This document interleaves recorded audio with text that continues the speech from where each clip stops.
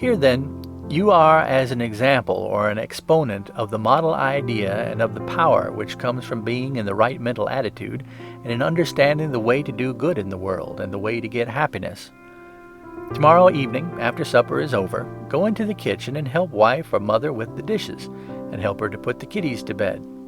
Do this 3 days, and you will have a big dividend of happiness, for you are doing something for somebody where it was unexpected.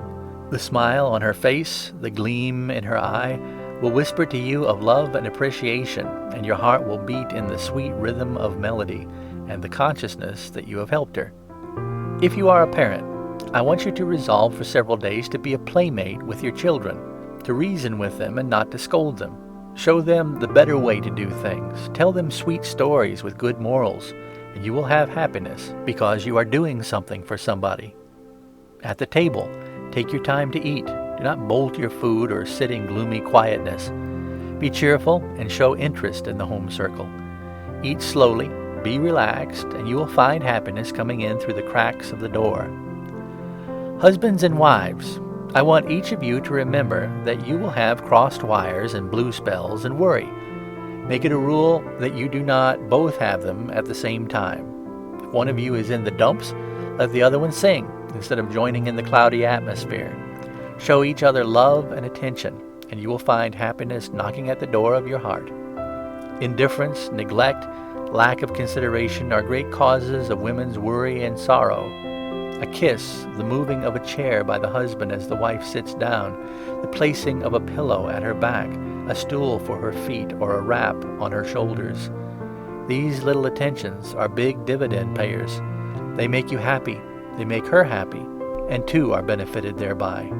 How inexpensive it is to do these little things. Once in a while, instead of going out for the evening, make up your mind to stay in. Put on your slippers, sit close to the fire, and talk to that old sweetheart of yours, rehearsing your courting days, your honeymoon. Live again your sweet, joyous days of young love, and there will be a sweetness coming to you, and a peace surrounding you, and a contentment that passeth understanding and banishes worry and strife. Try it, brother. I am telling you the truth. It is a practical benefit. Young man, tonight, stay in with your mother. Talk to her of your younger days, and talk of her younger days. Get her started with reminiscences, and watch her eyes sparkle and her cheeks glow. And oh, what happiness this will bring you. Remember that mother of yours is the one person in the world whose kindness was never the preface to a request. She has done things for you, never hoping for a reward.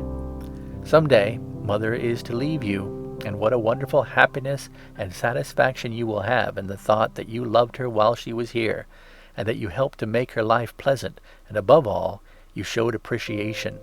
There is no ache in a mother's heart so hard to bear as ingratitude. Mother can stand the headache and the backache, but oh, the heartache hurts her so much. You may have an enemy or a friend with whom you have quarreled. Screw up your courage, go to that enemy with hand outstretched and say, "Let us forgive, let us begin all over again as friends." With such an approach, he will forgive, and oh, what sweet peace you will have the minute you do this. Forget revenge. Revenge never in the world made a person happy. The very atmosphere around me as I write these lines is tinged with rosy cheer. The sun in the west is wreathed in golden glow. The noise of the street is sweet music because my heart and brain and thoughts are filled with charity, forgiveness, kindness, and peace.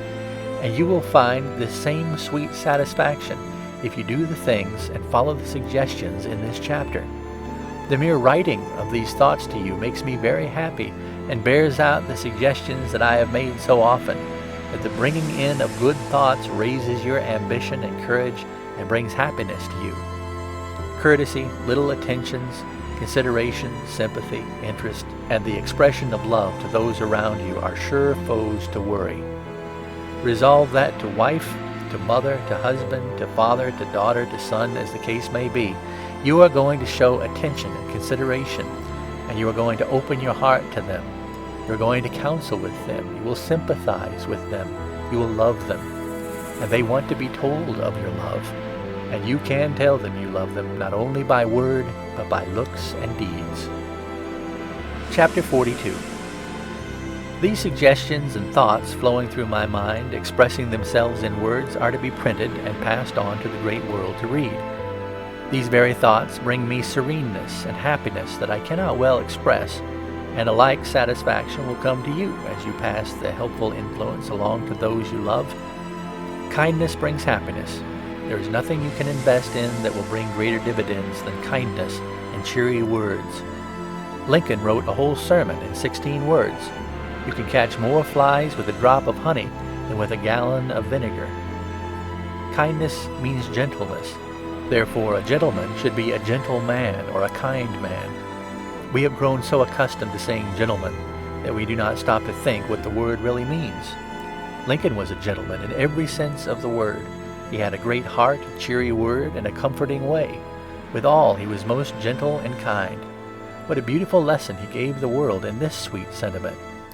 When they lay me away, let it be said of me that as I traveled along life's road, I always endeavored to pull up a thistle and plant a rose in its stead. That is a golden text for you. Worry is the thistle you are to pluck, and kindness is the fragrant rose you are to plant in its stead.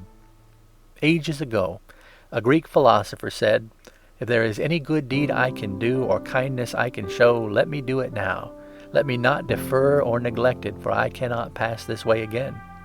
Centuries ago that was said. It was true then, and it is true now. Confucius, the Chinese philosopher, said, "Do not do any act to another that you would not like another to do to you." And later on, Christ uttered the same thought in the more positive form, which we know as the Golden Rule. I want to give you a beautiful sentiment to remember. I don't know who wrote the words, and I cannot remember the words exactly as they were written, so I'm giving it in my own language, remembering the sentiment and the idea, rather than the words themselves. Do not keep the alabaster box of your love and tenderness sealed up until your friends are dead. Fill their lives with sweetness. Speak approving, cheerful words while they are here to hear them, and the sweet things you mean to say when they are gone, say before they go. The flowers you mean to send for their coffins, send to brighten and cheer their hearts before they leave here. If my friends have alabaster boxes laid away, filled with sympathy and affection which they intend to lay over my dead body, I would rather that they would bring them now to my weary and troubled heart, and open them that I may be refreshed and cheered by them. I would rather have a plain coffin without a flower, and a funeral without eulogy, than a life without love and sympathy. Let us learn to anoint our friends beforehand for their burial. Post-mortem kindness does not cheer the troubled spirit.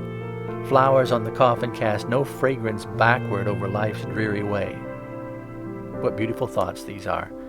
Let us ever remember them. The hand clasp can show sympathy in times of trouble more eloquently than the floral piece. Think just a moment of the many chances to show kindness you have had and have overlooked. Remember how the loved one who is gone longed and waited and listened for words of appreciation and evidence of affection. How much better you would feel now if you could turn time backward and erase unkindness of the past. But the past cannot be helped.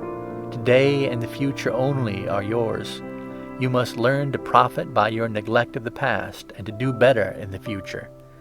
How many ways you could have shown kindness to your departed if you had your past to live over again. By your mistakes, you are going to learn a lesson, and from now on you are going to say the kind word now. You are going to whisper love and gratitude to the waiting ears of those who should hear them. Take home a bouquet tomorrow night. Remember your life's partner each day with some evidence of your gratitude and appreciation and love. Chapter 43. I want you to make an investment. It is one that will pay big dividends and pay them every day of your life. The most fascinating land booklet or mine prospectus never offered greater returns than this investment I want you to make. The best of all is that you need put no money in it, only time. I ask you to invest 15 minutes each day and devote them to sizing up things and taking mental inventory of your progress today and planning for the day's work tomorrow. Sizing up things can be well done only in solitude. Plants grow in darkness, yet the common understanding is that they grow in sunshine. The sunshine is absolutely necessary for the growth of the plant, but the real growth is done in the quiet of the darkness. The brain develops in solitude. yet hustle and bustle and business activity are as necessary to the brain as sunshine is to the plant. The real brain and moral growth takes place in solitude. Here again, we must remember the law of compensation. If a man had all hustle and bustle and no solitude, he would be like a machine without a governor. He would run so fast that something would have to give way. On the other hand, if a man is too much in solitude, a plant too much in darkness, they will wither and die. Man has always had a great admiration for the big individual, whether bird, beast, fish, plant, or human. There are two kinds of birds, the kind that live in flocks like the blackbird and the wild duck, and the kind that lives by itself like the eagle. Among birds, the eagle is chosen as an emblem for the flag, but never the duck or the blackbird. Among beasts, there are two classes, the herd kind like the sheep and the strong individual like the lion. The lion is the symbol of strength and courage, the sheep the symbol of innocence and simplicity. The lion appears on the coat of arms, but never the sheep. In the fish family, there are two classes also, the kind that live in schools, like the mackerel, and the kind that lives by himself, like the whale. When first the savage drew a rude picture of a fish on his hut, it was a whale, not a mackerel. We never find the mackerel's picture printed except at the fish dealers and on the menu, and then only because the mackerel is good to eat. Among trees, the one that attains great proportions and beautiful symmetry is yonder giant oak or elm that grows in the open. It needs room to breathe and grow. It grows better if it is segregated from the crowded forest. The giant tree is not the one that grows in the dense woods. In the very first part of this book, I asked you to study these chapters the last thing in the day, when you were alone, and you can see now how helpful the suggestion has been to you. You realize how the help and truth are being absorbed in your mental garden, because the power of silence, the soliloquy in solitude, offers marvelous opportunities for mental culture, brain building, and fortifying yourself for the fray. When you get calm and have the poise and ability to think quietly of the beautiful things of life, you will have one of the greatest treasures possible to man. Mental pleasures are most enjoyed in solitude. Material pleasures are more enjoyed in the crowd. Material pleasures are temporary. Mental pleasures are lasting. The 15 minutes you invest in mental soliloquy will yield dividends as long as you live. And so in closing this chapter, I want to impress upon you the importance of investing 15 minutes each day in a quiet place by yourself where you can size up the things you have done, the acts you have gone through, the thoughts you have had, the conclusions you have arrived at. This will be a threshing process by which you will eliminate the worthless chaff and get the good wheat. Chapter 44. I hope you followed the suggestion in the previous chapter of quietly sizing up the acts of the day, for then you will be in better position to understand and benefit by some more suggestions along the same line. I gave you some examples of strong individuality among plants, birds, beasts, and animals, and now we shall consider the supreme animal, man. There are two kinds of men, the kind that lives in the herd and the kind that has the strong individuality and spends much time by himself. This strong individual needs room to grow. The herd man exists in infinitely greater number than the individual type of man. I cannot imagine Lincoln, Bismarck, Webster, Clay, Edison, or Burbank living in the herd or spending their time in brilliant cafes. The man who lives in the herd, who is ever present when the lights are bright, where gaiety abounds, where excitement reigns, where feasting is present, soon gets himself into the habit of cultivating this excitement so as to get away from himself, for his thoughts are fear thoughts, and he is never happy when alone with such thoughts. The brain never sleeps, and something must occupy it. The herd man fills his brain with frivolous things and seeks constant excitement. He is like the plant always in the sun. He burns himself out. The great man with the individuality is great because he has always spent plenty of time by himself, sizing up things in solitude, making a mental inventory of the things he has been doing. Sizing up things makes the brain grow, makes it stronger, and gives it the power of eliminating the things which harm the brain and make it weaker. The universities of this country, in a great measure, produce the herd man. The students dress alike, all have the same mannerisms, all have the same tilt to their hats, all the same turned-up trousers. They all feed at certain restaurants. They crowd in flocks, always. Very few college men learn the benefits of sizing up things in solitude until after years. Society conventions, too, develop the herd man. On the other hand, the philosophical student does not copy his fellow student. In the great practical experience schools, we find Lincolns, Edisons, Jim Hills, and Carnegies. These men had to wrestle with the problems for themselves. They never lived in the crowd. They had to size up things in solitude instead of reading experiences from textbooks or following rules laid out by others. In your sizing up, weigh your positive and negative acts, your wise and foolish deeds, the right and the wrong impulse, the gain and loss and achievement. You should strike a balance, and if you see the bad, deterrent, backward things in the lead, you should resolve to get a move on yourself and change your habits. Those who go along without this sizing up of things in solitude are like the merchant who keeps no record but pays his bills from the cash drawer and takes what is left for profit. He will be running a little shop 20 years, while his competitor, who sizes things up each day, will be in the wholesale business or will have retired with a fortune. Try this sizing up of things for 2 weeks, and the benefit you will receive will be so manifest it will need no further suggestion to make you keep up the practice. While you're sizing things up, put the worries down in black and white and see how really foolish they look. Count your blessings. Realize your strength. Grow in these hours of sizing things up. Store your brain with faith thoughts. In the silent watches of the night, my suggestions will come to you through these pages, and if you have been as sincere in reading and following this great truth as I have been sincere and honest in desiring to help you, then you are feeling great benefits, and from now on, as the closing chapters are read by you, you will have a peace and a joy that the outside world does not know of. But you and I know them, and we understand, and we are happy thereby, for we are helping others. Chapter 45. False pride is one of the most frequent causes of worry. A man works hard to give his family comforts, and in the nature of things, as he goes along, his income improves. But the trouble is that in anticipation of the increase, either the man himself or his wife anticipates it, and the expense of living generally grows faster than the income. Few women have the ability to consider the family affairs with the breadwinner and gauge expense accordingly. Many a man has lost his ambition and his ability to earn a livelihood simply because he is pressed by debts until worry and discouragement materially handicap him.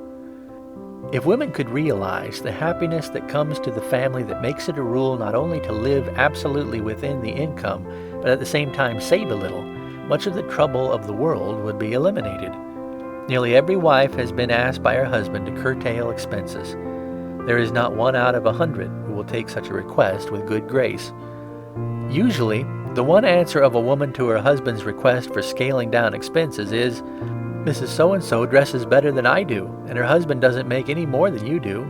Or, "If Mrs. So-and-so can afford to have an automobile or to have this or that, I don't see why we cannot afford to have the same." Many a tragedy has occurred simply because the wife does not stop to reason. She buys things right and left on the theory that her husband has always managed to pay the bills and get through somehow, and as long as they get by, she does not bother about what the somehow has cost her husband. We can all obtain the things which are necessary and good for us. The great struggle is to obtain the things which not only are not necessary, but are positively harmful to us. It is the struggle for the useless things that makes so much trouble in the world. Fear thought is kept in ferment all the time by debt hopelessness, and pride is the yeast that generates the ferment. It is the desire to show off, to appear better than the neighbor, to excite envy among one's friends, that produces so much misery. Many a home has been wrecked by this false pride. And when the poor husband is faced by the stern necessity of selling the home or moving into a house where the rent is cheaper, women look at the matter as hard luck. Few women can deal with these things philosophically. The ones who can are the busy, home-loving women. Most women in adversity have so much false pride they worry their husbands almost to death by constant rehearsal and ever-present thought of what they have had to give up since the retrenchment in living expenses has come. Many a man has been driven to distraction because after he has reduced his cost of living and has given up extravagances, his wife constantly reiterates or recounts the things they used to have and makes odious comparisons. When fortune or time or circumstance change a man's income so that he can no longer live up to the pace he has been going, there is nothing greater to his credit than the ability to face the situation and to change his scheme of living by moving into a smaller house in a new neighborhood and away from the associations and environment which have put him in the hole. And happy indeed is the man who has a wife who is a real partner and will do teamwork in this respect. False pride is one of the greatest worry makers of the age. Many men are carrying the yoke around their necks, bowed down under heavy burdens of debt, in order to satisfy the pride of the wife, that she may be the peacock and put on airs over her neighbors. Many women will read this book. Every woman who reads these lines is either the kind who has been a handicap to her husband, or the kind who has been a help to him, a good partner.